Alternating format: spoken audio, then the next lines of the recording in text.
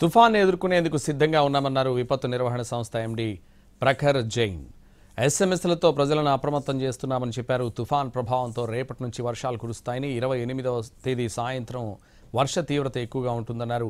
కోస్తా అంతటా తుఫాన్ ఎఫెక్ట్ ఉంటుందని తెలిపారు. మరింత సమాచారం డిజాస్టర్ మేనేజ్మెంట్ ఎండీ ప్రఖర్ జైన్తో మా ప్రతినిధి Vinay face to face. Cyclone effect పై ఏపీ ప్రభుత్వం అలర్ట్ అయింది. విపత్తుల నిర్వహణ సంస్థ ఈ సైక్లోన్ కి సంబంధించి మినిట్ టు మినిట్ చాలా క్లియర్ మానిటరింగ్ చేస్తా ఉంది. మనతో పాటు విపత్తుల నిర్వహణ సంస్థ ఎండీ ప్రఖర్ జైన్ ఉన్నారు. ఆయన విమర్శలు తెలుసుకున్నారు. సార్, ఇప్పుడు ఇలాంటి తుఫాన్ టైంలో మీ రోల్ చాలా కీలకంగా ఉండబోతా ఉంది. ఏ విధంగా సిద్ధమవుతున్నారు? ఇప్పుడు మన starting from honourable chief minister to honourable home minister ఇప్పుడు దీనిపైన చాలా రివ్యూ మీటింగ్ తీసుకోవడం జరిగింది. ప్రతి డిపార్ట్మెంట్కి కూడా ఇన్స్ట్రక్షన్స్ ఇచ్చడం జరిగింది. ముఖ్యంగా మన తరపున ఎస్టీఎంఏ తరపున వార్నింగ్స్, అలర్ట్స్ ఇవన్నీ ఇస్తున్నాం. ఫోర్కాస్ట్ పబ్లిష్ చేస్తున్నాం. ఎస్టీఆర్ఎఫ్, ఎన్డీఆర్ఎఫ్ యూనిట్స్ పెడుతున్నాం.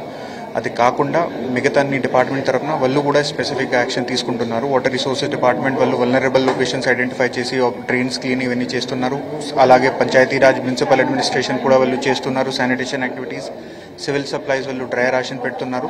ప్రతి డిపార్ట్మెంట్ తరపున కరెస్పాండింగ్ యాక్టివిటీ ఇప్పుడు జరుగుతుంది. అంటే లోతట్టు ప్రాంతాలకి, తీర ప్రాంతాలకి ఎటువంటి ఆదేశాలు ఇచ్చారు?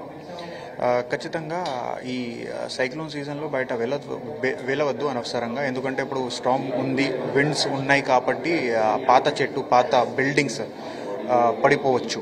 అదే ఒక అవకాశం ఉంది. సో దానివల్ల మన తరపున ఇన్స్ట్రక్షన్స్ ఏంటంటే అనవసరంగా 27th రేపటి నుంచి ఎప్పుడైనా మీ ఏరియాలో ఎక్కువగానే రెయిన్ఫాల్ ఉంటే ఖచ్చితంగా ఇంటి లోపల ఉండాలి. కొన్ని చోట్ల స్పెసిఫిక్గా మీకు ఎవాక్యుయేట్ చేస్తాం. అప్పుడు ప్రభుత్వంతో కోఆపరేట్ చేసి రిలీఫ్ షెల్టర్లో మీరు దయచేసి అటెండ్ అవ్వండి. సార్, అంటే ఏపీకి ఈ తుఫాన్ ఎఫెక్ట్ చాలా సివియర్గా ఉంటుందని చెప్పి స్టాటిక్స్ చెప్తా ఉంది. ఎంతమందిని టీంని సిద్ధంగా పెట్టారు? ఇప్పుడు ఎన్డీఆర్ఎఫ్ తరపున 6 యూనిట్స్ జిల్లాలకి పంపించాం. 5 యూనిట్స్ స్టాండ్ బైలో పెట్టాం, రిజర్వ్లో పెట్టాం. ఎస్టీఆర్ఎఫ్ తరపున 8 యూనిట్స్ జిల్లాలకి పెట్టించాం, 5 యూనిట్స్ స్టాండ్ బైలో పెట్టాం. అది కాకుండా నేవల్ బేస్తో కూడా టచ్లో ఉన్నాం, ఎయిర్ ఫోర్స్తో కూడా టచ్లో ఉన్నాం. మిగతా జిల్లాల తరపున కూడా సెంట్రల్ గవర్నమెంట్లో టచ్లో అయ్యి మిగతా అవకాశం పడితే మిగతా స్టేట్స్ తరపున కూడా ఎన్డీఆర్ఎఫ్ తెప్పిస్తాం.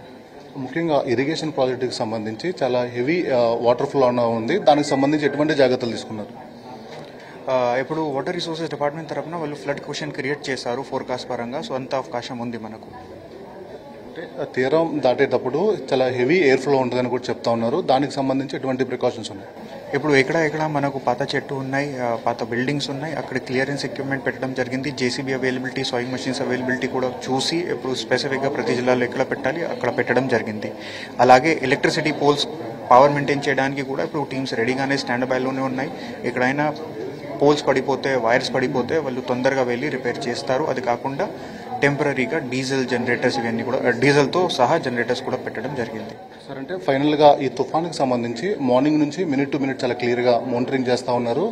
ఏ జిల్లాలకి ఎక్కువ ఎఫెక్ట్ ఉంటుంది? మనకు ఎక్కువగానే ఎఫెక్ట్ సెంట్రల్ కోస్టల్ ఏపీలోనే ఉంటుంది. బాపట్ల, కృష్ణా, వెస్ట్ గోదావరి, ఈస్ట్ గోదావరి, కోనసీమ, కాకినాడ, ఏలూరు, రంపచోడవరం ఇవి అన్నిటి ఏరియాస్లో కొంచెం ఎక్కువగానే ఎఫెక్ట్ ఉంటుంది 28th అక్టోబర్కి. మొత్తం మీద కోస్తాంధ్రకి చాలా హెవీ ఎఫెక్ట్ ఉంటుందని చెప్పి విపత్తుల నిర్వహణ సంస్థ ఎండీ చెప్తా ఉన్నారు. దాంతోపాటు విపత్తుల నిర్వహణ సంస్థ నుంచి ఎటువంటి తుఫాన్ వచ్చినా కూడా ఎదుర్కోవడానికి సిద్ధంగా ఉన్నామని ఆయన చెప్తా ఉన్నారు.